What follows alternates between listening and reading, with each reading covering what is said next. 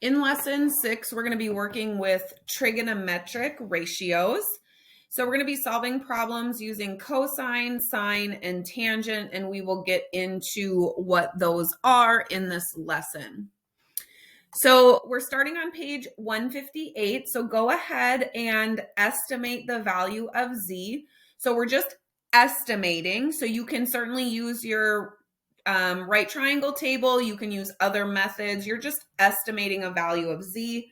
So pause the video, work on that for a couple minutes, then come back. So a couple things you could maybe have thought of and see that you have a 40-degree angle and a 50-degree angle. So this is close to a 45, 45, 90 triangle. So if you remember back to the 45, 45, 90 triangle, we had 1, 1, and then the hypotenuse was the square root of 2 times longer, which is about 1.4. So maybe you took 3 and multiplied it by 1.4, and you said z was going to be approximately 4.2. Okay.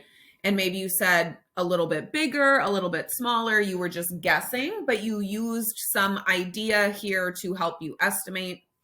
Okay. Maybe you just said, I know the hypotenuse is going to be the longest. So you just said it's going to be bigger than 3, and maybe you just made a guess.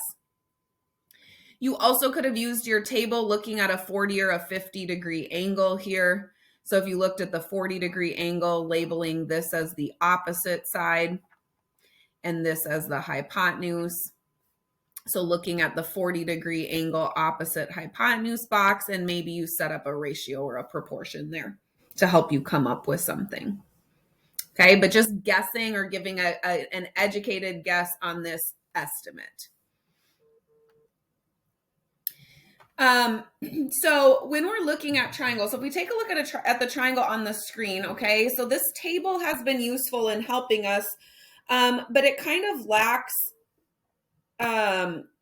exactness or correctness when we get numbers in between the like 10, 20, 30.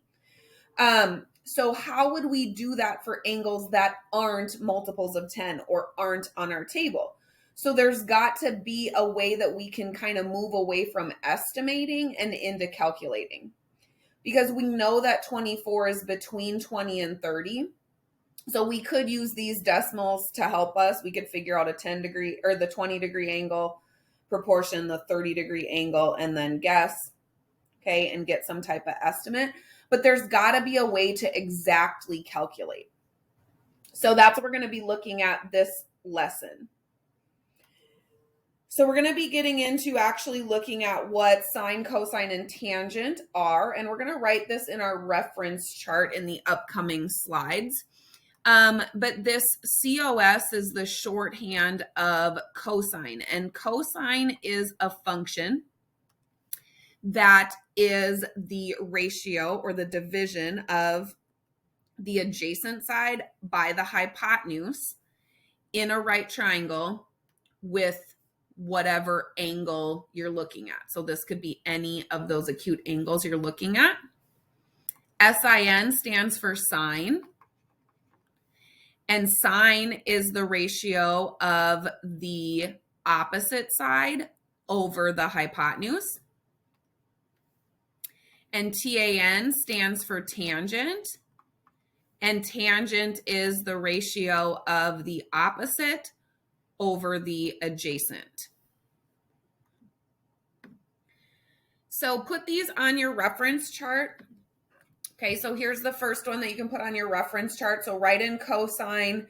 I would highlight the two sides that the cosine ratio uses. And then also label the column with adjacent divided by hypotenuse on your right triangle table as cosine. So write cosine at the top here. So pause the video, get this written down.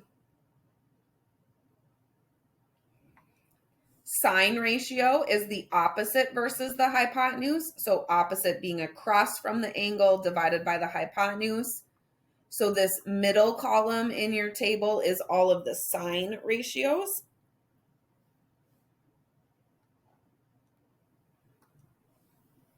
And then tangent is this final column, and it is the opposite side divided by the adjacent side.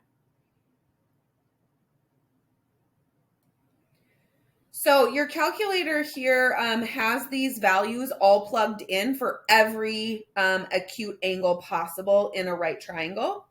So go ahead and take a look at whatever calculator you're using. So if you're using your phone, make sure you unlock it so you can turn it sideways. And then you'll see these three buttons here, and it looks like it says sin, cos, and tan. So remember that stands for sine, cosine, tangent. And then you'll see them on the scientific calculator here. So if you want to figure out what the ratio would be for cosine of 50, if you're doing it in your phone calculator, okay, you actually need to type in the 50 first. So click 50 and then hit cosine. And it will give you a decimal there.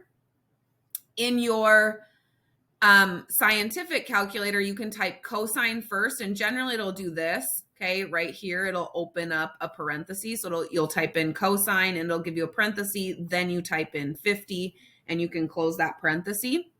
So make sure you're doing that. Make sure you know how to type it in your calculator and you can match it to this decimal that I wrote down. So see that your calculator said that. And then try the next ones to make sure that you are able to successfully type these in.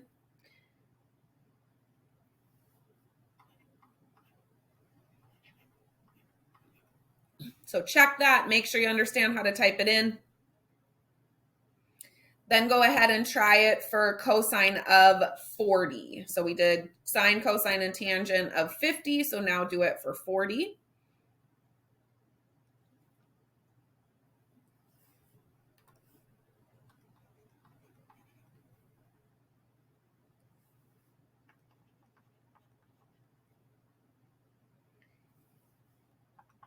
And then compare those values to your right triangle table. Okay, so we just did a 40-degree angle and a 50-degree angle. And we did the sine, cosine, and tangent. So go ahead and compare those. So what do you notice? So in your calculator, these decimals are much, much longer, right? So they're irrational and they just keep going in your calculator. So the ones in the chart are just a rounded version.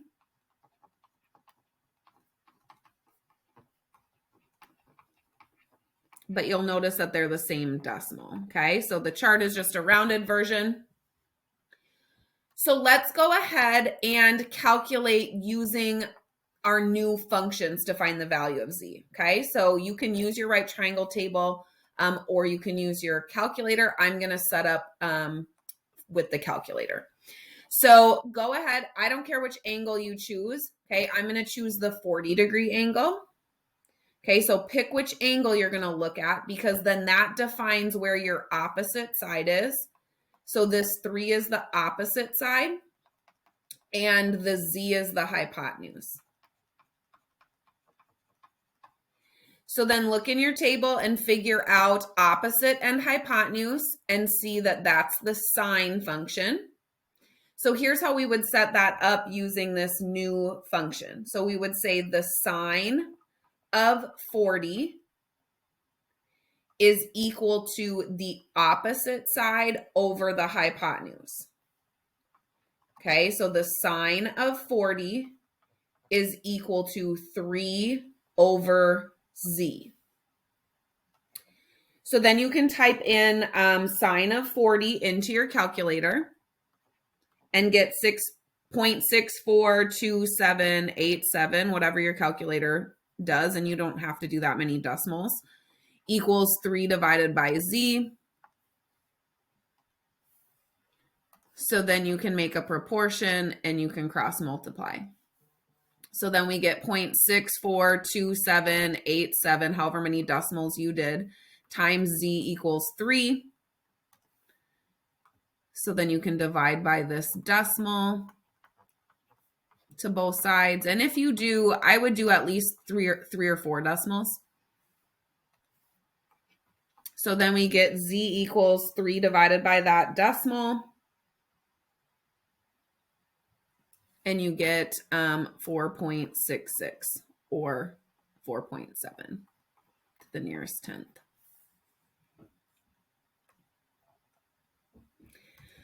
All right, so let's just discuss a couple of things when we find the value of z. So remember, there's a few different ways like we can estimate. So thinking that it's close to a 45, 45, 90. So looking at times by the square root of 2, it's got to be around 4.2. Then getting more precise by using the table. And then most accurate using the sine or cosine function. Okay, so setting up, if you're using 40, this being the opposite and the hypotenuse. Okay, for sine, otherwise 50, this would be the adjacent and hypotenuse. So looking at it that way. So the functions in your calculator are definitely going to be the most accurate, followed by the right triangle table. So go ahead and turn to page 150 or look at 159. So this goes on to 159 and 160 and work on trying these problems. I'm also going to work through them. So if you get stuck, come back to the video. So in number 1, we've got this angle given to us, this 17-degree angle. So I've labeled the sides based on that. So across from the 90s, always the hypotenuse. Next to the angle is the adjacent. So if we remember, adjacent and hypotenuse is the cosine function. Okay, so looking at your reference chart, that's the cosine function. So cosine of an angle equals the adjacent divided by the hypotenuse. So in this case, our angle is 17 equals the adjacent side 10 divided by the hypotenuse x. So figure out what this decimal is using your calculator. So do the cosine of 17.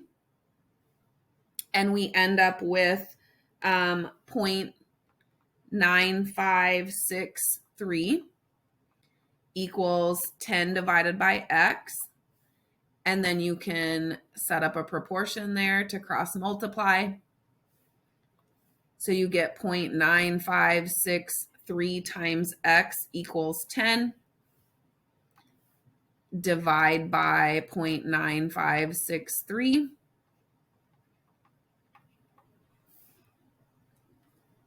So 10 divided by 0.9563. And you'll get x equals 10.46 to the nearest hundredth. Okay, which makes sense. It should be longer than this adjacent side because it's the hypotenuse. So to the nearest tenth, we're getting 10.5, or if you did nearest hundredth, 10.46.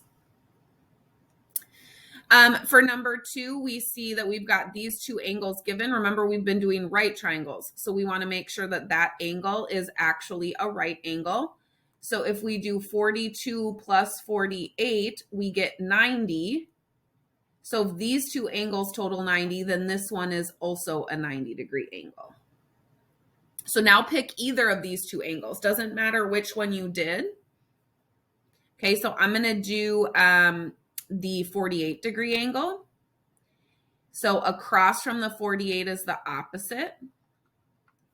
Across from the 90 is the hypotenuse. Opposite and hypotenuse, if you look at your reference chart, is the sine function. Okay, so sine equals the opposite side over the hypotenuse. So we'll go ahead and plug that in. So sine of the angle, so sine of 48 equals the opposite side y over the hypotenuse 7. So figure out this decimal, sine of 48, using your calculator since it's not in your table. So 0.7431 equals y over 7.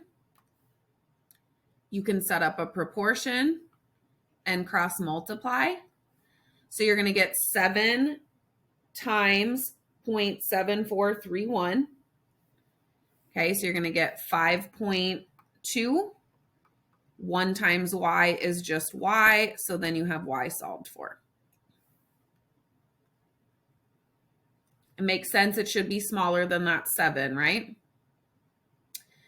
Find the missing sides and angles. So the measure of angle X is 90. Okay, so let's draw ourselves a right triangle here.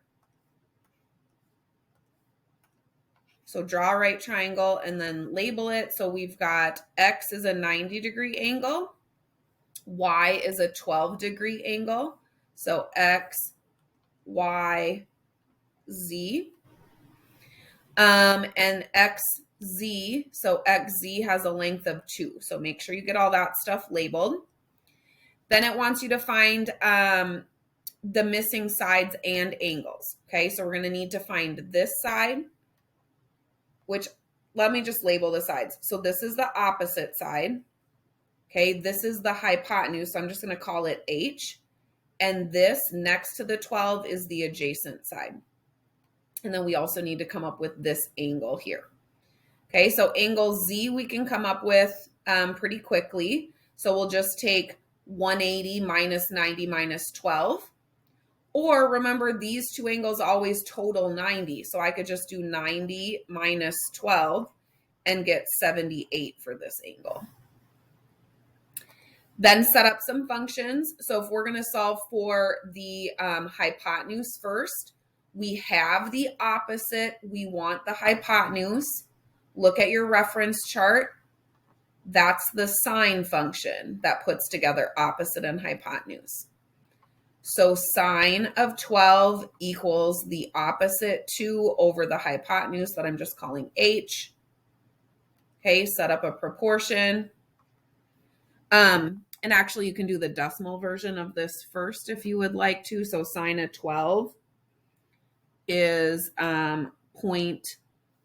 so let me just write this, 0.2079 is equal to 2 over H. Then you can do the proportion. So cross multiply. So we get 0.2079 H equals 2. So divide by the 0.2079. So 2 divided by 0.2079. And we get H equals 9.6. And then we need to come up with the adjacent side. So I would just use the 2 that they gave us. Still, you can use the 9.6. You can actually do Pythagorean theorem here if you would rather, because now you've got 2 sets of sides. Okay, so if you like Pythagorean theorem and that works well for you, go ahead. Okay, you can also set up another trig function, which is what I'm going to do. And I'm going to use the adjacent that I'm looking for and the opposite that I was given. So opposite and adjacent is the tangent function. So tangent is opposite divided by adjacent. So the tangent of 12 equals the opposite 2 over the adjacent A. So figure out the tangent of 12. So that's 0.2125. Okay, and then you can set up the proportion. So this is going, let me get this other stuff out of here quick. So what we've kind of seen happening is that we're going to multiply this A up and then divide this decimal down. Okay, so A is going to equal 2 divided by the 0.2125. So 2 divided by 0.2125 is going to give us A equals 9.4.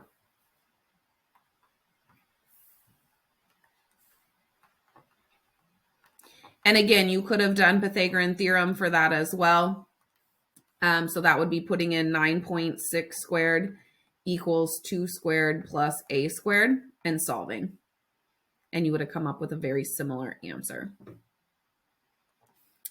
All right, so then taking a look here, so to find this missing angle, again, we would subtract 60 from 90, and we would get 30 for this one. Now this one's a 30, 60, 90. So you've got those other proportions that you learned in the previous lesson, okay, that across from the 30 is a 1, that short leg, across from the 60 is times by square root 3, and the hypotenuse is 2.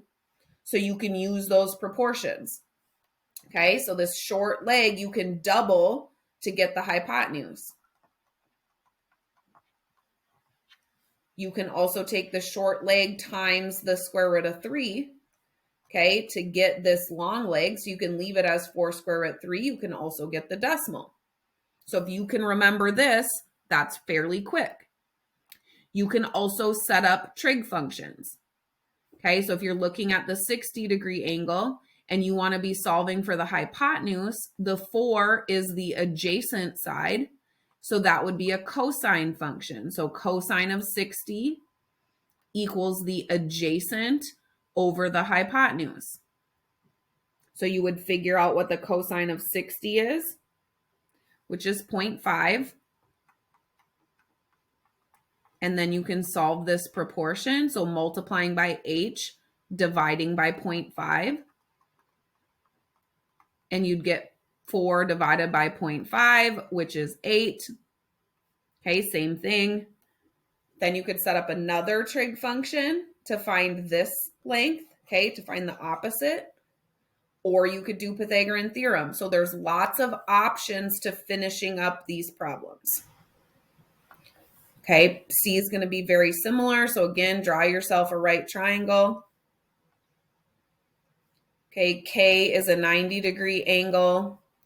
L is 71 degrees. LM has a length of 20. And you want to find these other pieces. Okay, I'm just going to call them X and Y. So set up a trig function. Okay, so whatever that ends up being. So if you want to do this as the opposite and this then as the hypotenuse, that would be a sine function. So you do sine of 71 equals y over 20, opposite over hypotenuse, and solve. Then once you have that, you could do Pythagorean theorem, or you could set up another trig function. Okay, so once you've done one trig function, so let's just do that. Sine of 71 is 0.325 equals y over 20.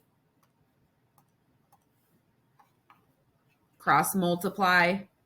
So 0.325 times 20 would give you 6.5 equals y. So then we know this side here is 6.5. So now, like I said, you've got two sides of the right triangle. So you could do Pythagorean theorem to get this third one. Could also set up another function. Okay, so if you're using this 71, you could do this as the adjacent with hypotenuse, okay, which would be a cosine function. You could use your newfound opposite and do opposite with adjacent to do a tangent. Okay, whatever feels best to you. None of those is a better option than the other. All right, then let's look at the lesson summary. So cosine, sine, and tangent are our trig ratios. Okay, so we saw in the table that we had the adjacent leg divided by the hypotenuse, and it gave us all of these decimals. That's actually the cosine. Opposite divided by the hypotenuse is defined as sine in your calculator, and opposite over adjacent being the tangent. So make sure you've labeled those on your right triangle table. So now we'll be using the language of cosine for that first column, sine for the second, tangent for the third. And then the summary just goes through and solves a right triangle here. So if this side length here was 7, then they're saying this would be the 7 would be the adjacent side. So they're setting up a cosine function for the adjacent and the hypotenuse. So cosine of 25 equals the side next to it, adjacent, divided by the hypotenuse, C, cross multiplied and solved for that. So then once they got 7.7 here, that opens it to multiple options, Pythagorean theorem, or setting up another trig function.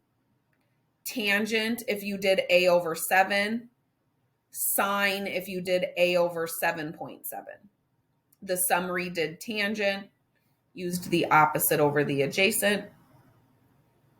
Once you do solve for all of these, Okay, you could certainly plug it into the Pythagorean theorem to make sure that your numbers make sense. So once we got 3.3 here, then you can actually go ahead and plug it into the Pythagorean theorem to be sure that it makes sense. Now, if you use the Pythagorean theorem, obviously you don't need to do that. So these should all be in your table or in your reference chart. And then those are your trig ratios. So a trigonometric ratio is just a ratio of two sides in a right triangle, defined by sine, cosine, tangent. It's also in your glossary.